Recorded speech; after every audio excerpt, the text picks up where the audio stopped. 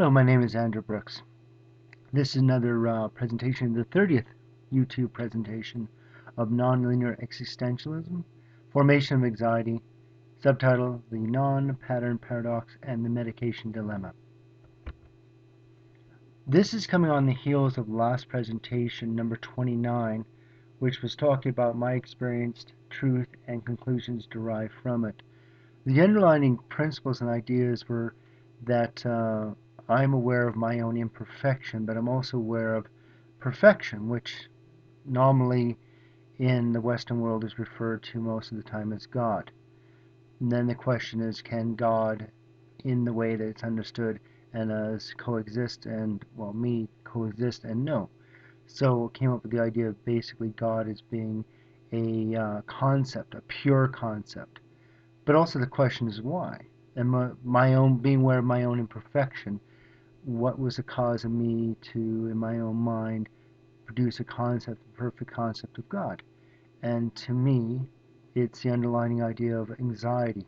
Not anxiety per se as a pattern, a neuronal pattern, but as a reflection of the underlying uh, neuronal neuronal phenomena that I've referred to many times in nonlinear existentialism that's coming through the modulation, the frequency and amplitude modulation that theoretically occurs in V1B of the neuronal cerebral cortex. So through this, I'm going to delve into it a little bit more, and hopefully that brings together some other ideas, because nonlinear existentialism is a meta or para theory that's supposed to bring in very many different ideas of humanity together. So hopefully we can see psychology, psychiatry, and some aspects of theology co-occurring. You can see the various parts that we'll be talking about for anxiety and kind of honing in on DSM, the latest version, and also Karen Horney's ideas of anxiety. So starting with 2002 Barlow, kind of give me an idea of what anxiety is to him. And then later on we'll also be referring to that as stated currently in the DSM-5. So anxiety is a future-oriented mood state associated with the preparation for possible upcoming negative events. This is in contrast, and they do this in psychiatry quite a bit, contrast with fear. Fear is reacting to current uh, a current perceivable threat or one that can be coming. Whereas with anxiety is the underlying mood or understanding that something bad might happen, but it isn't to a specific state or understanding of why it might be happening. Possible causes of anxiety formation, external, that you're in an environment that there's a threat or possible threat. Internal, this could be a pattern that's formed inside the person because of these external threats. Or, as I will be arguing as well, that it might be an inherent trait of the system itself. And some will remember the self-line form, self-line function, where anxiety occurs from the moment, and that causes the individual to go into the environment to try to quell that anxiety. Or it could be a mixture of the two. The other thing I like to bring up too is kind of what I refer to as the non-pattern paradox. And I'll read it through and then just talk it a little bit. You are presented with two young babies, both of which have all of their basic physiological and psychological needs met. Each is given a toy to play with. After an hour, the toys are removed, but one baby is upset and one baby is not. The question is why? Is it because you can say that because they had expectations of having one, maybe perhaps they've never seen these toys beforehand, but all their physiological and psychological needs are met. So why would one be upset and why wouldn't? You could say that, well, they like the feel of it and things like that, but if the feel, you can't say that because it's deprivation of that sensory intake could cause one to be upset and one cannot. My argument is that perhaps one is more predisposed to having a stimulation removed, perception, something that they want removed, and because of that, that instability causes one to act out more than one that has a more stable neurological complex. So this one's kind of the idea that it isn't a pattern per se because perhaps you've never seen this baby before, toy beforehand, but perhaps the removal of input from one leads it to react because that one is more unstable. They have more of a unstable neurological complex than the other one. This is kind of like this is kind of the underlying theme and ideas of nonlinear existentialism and comparing pattern to non-pattern anxiety. So in pattern, you have external events and they produce patterns. And if these patterns are incongruent or they're nonlinear, it creates neuronal instability, uncertainty. I've called that in other ways uncertainty, but there's always going to be a pairing between nonlinear, incongruent, and uncertainty, and then it's when you experience anxiety. And that's for some psychologists, they say, well, because this person's had certain life experiences, they're anxious because of these patterns per se. But I believe there's also an underlining non-pattern state of anxiety. So this comes from the frequency and amplitude modulation, and these are going to be leading to an inherent nonlinear incongruency. This is something that occurs regardless of the type of input that the individual is experiencing. This produces neuronal instability, uncertainty, and they experience anxiety. So you can see that both can co-occur, and I truly believe that the non-pattern is prevalent in almost everyone, but to different extents. And also you can say that certainly pattern anxiety is experienced by everyone as well. It's just to the extent and the degree. Then you compare this to Karen Horney's basic evil, basic anxiety, and basic hostility.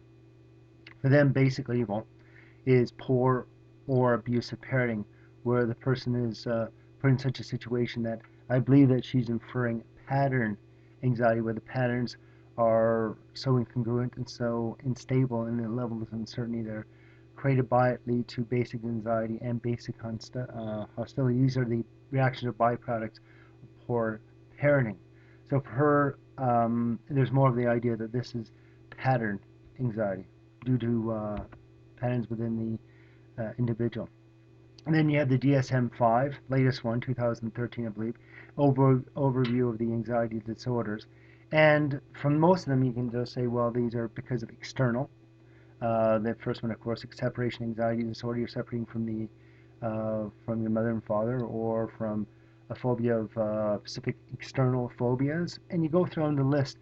But I think that 3002 general anxiety disorder, it starts hinting that there might be an underlying condition, inherent condition in the individual. Again, we'll go back to definition of anxiety, DSM, and for them, it's Barlow's, but a little bit more extensive. Anxiety disorders include disorders that share features of excessive fear and anxiety and related to behavioral disturbances. Fear is the emotional response to real or perceived imminent threat being there, whereas anxiety is anticipation of future threat. Anxiety is more often associated with muscle tension and vigilance in preparation for future danger and cautious or avoidance behaviors. So we have that separation. One is imminent, they're real, whereas anxiety is the anticipation of something occurring.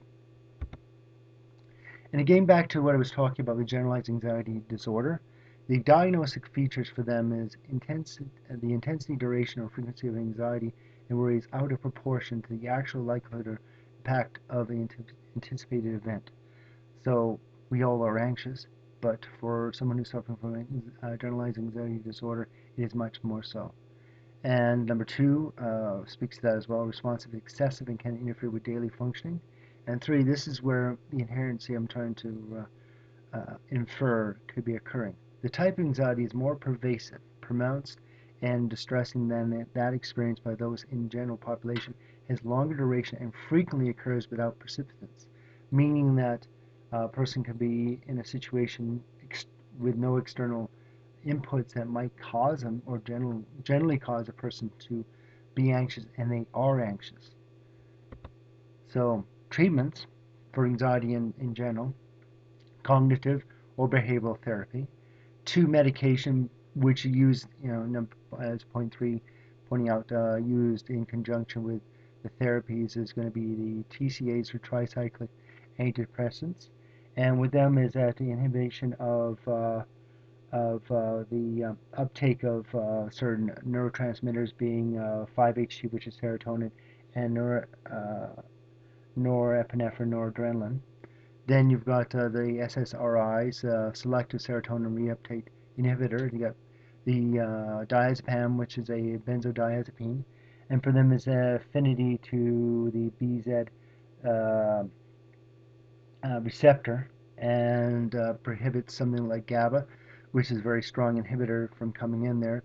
And then we got the MOIs, which is going to be the monoamine oxidase inhibitors, and basically for those it's going to be the histamines, catecholamines, 5-HTs, and what they do is it allows for those neurotransmitters to stay and to increase the reaction. And what this could imply, the idea is that perhaps anxiety is a lack of stimulation. So these ones allow for the neurotransmitter to be stronger, to react longer in that area, and give more stimulation. But that would be actually incorrect. When you have a presynaptic neuron connecting with a postsynaptic neuron, we have the cleft in between the two.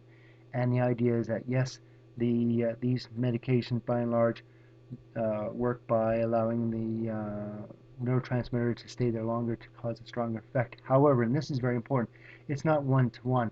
After a while, actually, the effect would actually go much lower because the neurotransmitter from one will cause the other one to react. However, there's only a limited supply of this neurotransmitter, which is made in the neuron body itself and moves to the presynaptic cleft through the tubules, neurophilum, neurotubules, and neurofilaments, and the vesicles where the neurotransmitter is in. Then, if you overstimulate, it actually overwhelms the system, and conversely, instead of actually making the neurons fire quicker, it would actually cause them to fire less. So that's a conundrum, is that if you're saying that anxiety is due to having uh, not enough stimulation, and you're adding something to actually cause it to go lower, conversely, anxiety is actually about the person being perhaps stimulated too much, and these medications are actually causing it to go lower. Going to the idea of the medication dilemma. You can read through this, but basically the idea is that what is the medication trying to do? Is it kind of tries the favorable patterns or the unfavorable patterns to go higher or lower, or the elements that are inside that? And if you just take basically these elements I'm talking about and go through the normal number of permutations, you get 8 of them. However, it does not allow for the number of options, does not consider the percentage of each and how much each of them is affected. And so the thing is, of the 8, what is occurring? Is it yes, the favorable patterns, no, the unfavorable patterns, and it doesn't consider any other elements in the nervous system, or perhaps number 3 has all the elements? So that's a good question I'm going to be asking. And I hopefully, using the theory of nonlinear existentialism, can answer that. But before going into reading this out, just going back through nonlinear existentialism and the physiological elements of it, as the thalamic radiations, the inputs into the higher cerebral matter occurs, it goes through the plane of V1B, causes an induction of the electrical energy that's being brought across the neurons as they pass through the layer, causes the layer itself, V1B, to start to have its own electrical signal. And when that has an electrical signal, it's going to be first bringing out a specific type of frequency modulation based on its size and its frequency, and then that's going to lead to amplitude modulation. And the idea is that if you're the idea that I've come up with beforehand is that there's too much stimulation, and that causes the system to be unstable and therefore incongruent and leading to anxiety. So, given that type of background, framing the question and the answer as such. Although a specific type of medication is designed to affect a specific type of neurotransmitter, these are catecholamines, dopamine, norepinephrine, epinephrine, and 5-HT being serotonin or receptor, GABA, It should be asked if the specific type of neurotransmitters cause the same effect, favorable or unfavorable, in all the neurons patterns it affects. Basically, the idea is that if you're saying that, oh, well, these anti-anxiety medications are causing the neurons to be more stimulated, more excited, wouldn't that it would affect neurons being in both the unfavorable and favorable patterns? So regardless of your theories of why anxiety occurs, if you cannot say that there is a specific type of neuron that's part of a specific type of pattern being good or bad, that if they're being dispersed throughout, that regardless of the medication causing increase or decrease of that uh, neuron's excitable state, that if it's prevalent in the positive and negative anxiety causing or non-anxiety causing, that they would in fact actually uh, devoid each other. So the overall effect would be nulled. So given that, since the specific types of neurons are not responsible for common effects, good or bad, it can be suggested that both types of patterns are equally affected, reduced, slowed down, given the ideas I talked to you before about that anxiety medications, anti-anxiety medications actually cause more neurotransmitter to be there. However, it actually causes the overall effect to slow it down. And if the favorable and unfavorable patterns are both reduced, this would be this would, as a byproduct, reduce the effects of B1B of the cerebral cortex, which is theoretically unfavorable. As I said, it could, for some, cause inherently more non-pattern anxiety. Therefore, um, if you consider everything together, if you have the favorable patterns, unfavorable patterns both being affected, but it also indirectly causes layer V1B to slow down, given the mechanism I talked about before, you would have the overall effect would be favorable because if anxiety is a result of instability, if you slow down the major inherent cause of the instability being too much activity in layer V1B, the overall effect would be favorable, meaning less anxiety. So given this, and again, this is more contextual than anything else. Research conducted for the DSM-5 and by Karen Horney, seem to imply that anxiety is a result of experience external input. This is going to be the non-pattern anxiety, incongruency between the patterns. Then you have also possibly nonlinear existentialism suggests that the cerebral cortex has a low-level inherent electrical instability internal condition, layer V1P. For some individuals with excessive levels of electrical instability, this can cause them to experience a heightened response to input than other members of the general population. Therefore, if they've got non-pattern and pattern co-occurring, that because they are to begin with in a higher state of instability, that the pattern incongruencies come along to push them over. DSM-5's description of disorder referred to as generalized anxiety disorder appears to suggest that some people with such a diagnosis have a pre-existing inherent neurological condition, non-medical, which predisposes them to excessive anxiety. Just reiterating what I talked about before. However, if you do look at the DSM-5, this disorder is seen as later, around 30 years old, and not earlier. So it could easily be put to myself that if non-linear existentialism is saying that this inherent instability is there, why isn't it seen earlier? I would say that either my theory is incorrect, or however, that something like the non-patterned paradox which was brought up is there, and there are people that are inherently worried, but that worry is seen as a normal condition, not a disorder. I think their evidence is strong enough that the generalized anxiety disorder is prevalent a lot earlier than the DSM-5 research shows. It just hasn't been labeled worry, concern, isn't been seen clear enough. And of course, through the teenage years, there's so many things, so much instability in the individual that it can hide quite easily. So I think things are teased apart enough that I clearly believe that there's more stronger evidence, more stronger um, experience, uh, individual and societal experience, to imply that generalized anxiety disorder is there, and it's only after the turmoil of the teenage years have evaporated that it comes forward more clearly. They would just say that, well, teenagers are and young children are just inherently that way, therefore it's not a disorder. But I think that after the turmoil of those years, that it is the non-pattern becomes the pattern becomes so strong that it's very hard for the researchers to not see the generalized anxiety disorders are actually there, and if they looked hard enough, they would understand there was actually an inherent uh, instability that is within the cerebral cortex.